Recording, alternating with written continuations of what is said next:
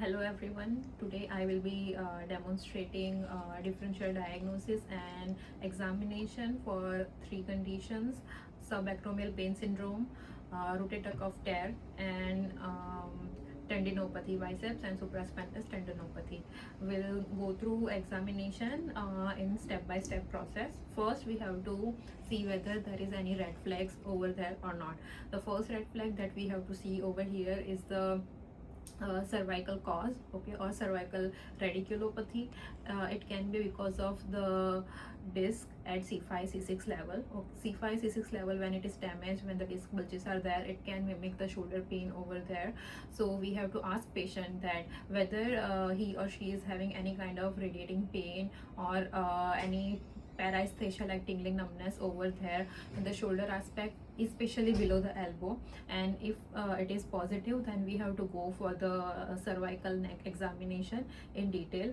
The second red flag that we are going to ask is for cardiac reason. Okay, if the patient is having left shoulder pain and the pain is occurring at the rest and with the minimal effort, and patient is also having the heartburn and the chest pain with that, then it is indicating that the pain occurring at the shoulder region is because of the cardiac origin. So for that we have to give patient emergency referral for cardiac condition. The third red flag that we have to see is the malignancy or any kind of tumor related condition. So for that we'll ask patient if the patient is having a continuous night pain, the pain which is not going away for like more than 24 to 48 hours. Sometimes Panco's tumor of the lung, which can be there at the apex of the lung, can be causing pain at the shoulder. So at that time it is related to systemic disease, and that time it is a red flag for us and we won't proceed forward and we will go for a referral. So we have to see these three conditions. One is the cervical, second one is the cardiac, and the third one is the malignancy. If it is clear, then we will examine the patient further. We'll ask the patient about the cause and history, how the pain started. If patient says that it is because of the collision or the fall, acute trauma over there, and fall on outstretched hand, so we can say that it can be because of the structural damage, and we can suspect rotator cuff tear over there. And if the patient is like a swimmer, a bowler, or any kind of field player and using the shoulder continuously repetitively, so we can suspect and tendinopathy. So the cause and the history, like how it started, gives us direction that we can go for the diagnosis, final diagnosis. Next, we are going to perform the active range of motion. In the active range of motion performance, we'll ask patient to lift the arm up high as far as patient can. In this active range of motion performance, we'll see first the shoulder shrugging. Okay, if there is any shrugging of the shoulder is present or not. So in the front we can see if the patient shrugs the shoulder or not. The shrugging of the shoulder happens in subacromial pain syndrome, where patient is trying to create extra space over there to overcome the compression. And also if we are looking from the side and back, so we can see the movement of the scapula, how scapula is moving. Okay, we can palpate the scapula and see the external rotation of the scapula happening over there, or the shrugging over there by putting our palm over there. So first is the shrugging movement that we are going to see. The other point that we are going to observe in the active range of motion is where the patient's pain started. If the patient's pain started in 60 and 90 and 120 range of motion, 120 degrees, and it disappears when arm goes up, so it is indicating that patient is having painful arc syndrome, and painful arc is positive over there. So patient is having pain when arm is abducted at 60 degrees, 90 degrees, and it is disappearing as patient goes higher. That is the painful arc positive for us. Next, we are going to take the patient's arm and then we are going to lift it up passively. Okay, so passively, when we lift passively, so patient's contractile tissue relaxes, so it will decrease the pain. So it will indicate us that the patient is having a muscular issue over there. So first we will perform first patient will perform active range of motion, and then we will perform the passive range of motion to differentiate between the contractile and non-contractile tissue over there. Okay, and the next one we'll do is the resisted isometric. So resisted isometric we'll do in the resting position, and then we'll increase the range till 60 and between 60 and 90 degree, and then we'll perform again the resisted isometrics over there. We'll ask the patient to lift arm and not let it push downwards, okay, towards the body. We'll ask the patient to resist the pressure that the therapist is giving. So in the resisted isometrics, there can be 3 scenarios over there. So first scenario is that the patient is able to resist the resistance. Like patient is not like putting the arm down. Patient is completely resisting the arm, but patient is feeling the pain. So that is indicating that the muscle is injured over there. The second scenario can be that the patient cannot hold the resistance and drops the arm back. So and patient is feeling intense pain over there. So it is more kind of structural damage over there. So the second conclusion can be structural damage when it is weakness and patient is feeling pain over there. And the last scenario, the third scenario, is patient is feeling too much weakness and patient cannot hold the resistance, but patient's pain is less. So in that case, the patient is having neurological damage over there, and that is definitely a flaggable condition. We can like flag it that the patient is having extensive structural damage over there. So to conclude, there are 3 scenarios over here with resisted isometric. The first one is the patient is able to resist, but it is painful for the patient.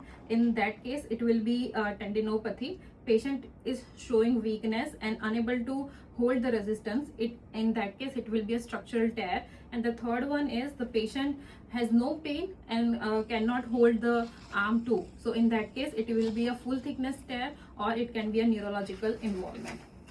Now for the next step, we will go for the special test. For the first, we'll perform the special test for the subacromial pain syndrome. For the subacromial pain syndrome, we will go for 2 tests. One is the Hawkins-Kennedy, and the second one is the knees test. Okay, for the Hawkins-Kennedy, we'll ask the patient to raise the arm shoulder flexion till 90 degree, and then we'll bend the elbow, and then the therapist will give the pressure and will do the rotation. In this, if the pain is there, pain is provoked in this situation, then the test is positive for the impingement.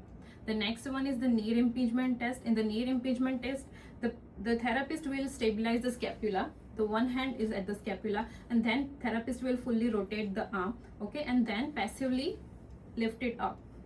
If the internal rotation with the stabilization of the scapula causes pain, then the knee impingement test is positive, and that will also indicate the impingement syndrome. The next test is for rotator cuff tear. For the rotator cuff tear, there will be 2 tests over here. The first one is the drop arm test, and second one is the external rotation leg sign. The drop arm test is simple. Patient will be seated or in the standing position. The therapist will raise the arm to the 90 degree of abduction. And the therapist will ask patient to hold this position. And if the patient is not able to hold the position and arm drops, then it is the positive sign for the drop arm test and rotator cuff tear. The other test is the external rotation leg sign. In this, again, the patient's position is sitting or standing. The therapist will passively hold the arm in external rotation position, and then at the end range of motion, at the end range of external rotation available, patient will be holding it by himself or herself. If patient is not able to hold this position, the external rotation, and if the arm spring backs, okay, if it is coming towards the belly, then the external rotation leg sign is positive, again indicating the structural tear of the rotator cuff. The last one is for the biceps tendinopathy. For biceps tendinopathy, the arm will be facing up, fully supinated, and we can start with 0 degree or we can start at 90 degrees. The therapist will give downward pressure, and the patient has to resist the pressure and try to lift it up, and therapist will resist this pressure. If the patient is feeling pain in the bicipital groove especially, then the test is, the Speed's test is positive for bicipital tendinopathy. In this bicipital tendinopathy, the location or the pain area is really important. So this concludes the whole test. Now hypothetically assuming that in this patient, like in this my hypothetical patient, the knees test and Hawkins-Kennedy test is positive, drop arm test and external rotation leg sign is negative, and the patient is having painful arc positive. So in this case, my diagnosis will be subacromial pain syndrome. Now in this scenario, do we go for the imaging or not? So right now we won't go for imaging. Why? Because imaging is not necessary right now, and we will go for 6 to 12 weeks of physical therapy. If the physical therapy does not give any improvement, if patient is having red flags which are like indicating right now, like rotator cuff test becomes positive after a few weeks, or patient is having any kind of red flags which are appearing now, at that time the imaging will be required. Otherwise the imaging is not required, because with imaging or without imaging, the course of the treatment for initial 6 weeks will be the same as per JOSPT guidelines. So right now a patient won't go for imaging unless and until any red flags or any other special tests come positive for this particular patient.